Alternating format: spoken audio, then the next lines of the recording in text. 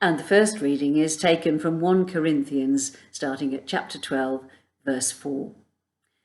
Now there are varieties of gifts, but the same Spirit. And there are varieties of services, but the same Lord. And there are varieties of activities, but it is the same God who activates all of them in everyone.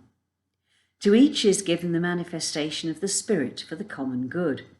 To one is given through the Spirit the utterance of wisdom, and to another the utterance of knowledge, according to the same Spirit. To another faith by the same Spirit, and to another gifts of healing by the one Spirit. To another the working of miracles, to another prophecy, to another the discernment of spirits, to another various kinds of tongues, and to another the interpretation of tongues.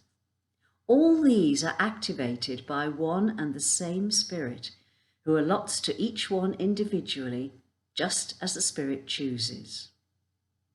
This is the word of the Lord.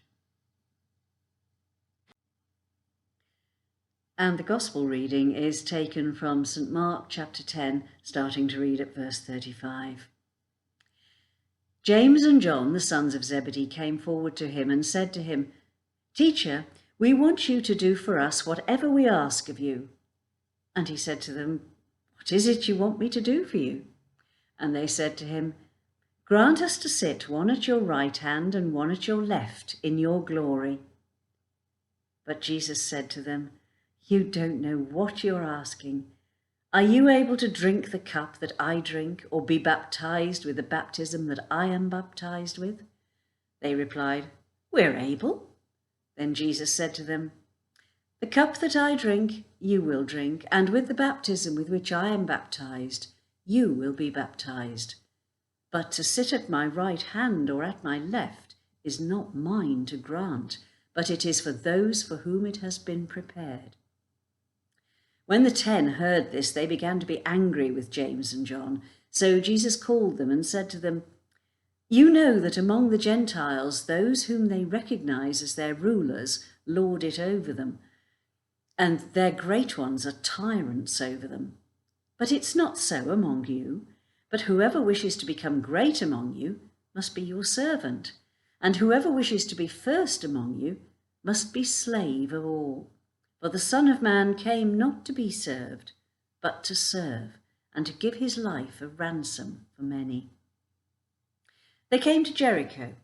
As he and his disciples and a large crowd were leaving Jericho, Bartimaeus, son of Timaeus, a blind beggar, was sitting by the roadside. When he heard that it was Jesus of Nazareth, he began to shout out and say, "Jesus, son of David, have mercy on me." Many sternly ordered him to be quiet, but he cried out even more loudly, "Son of David, have mercy on me."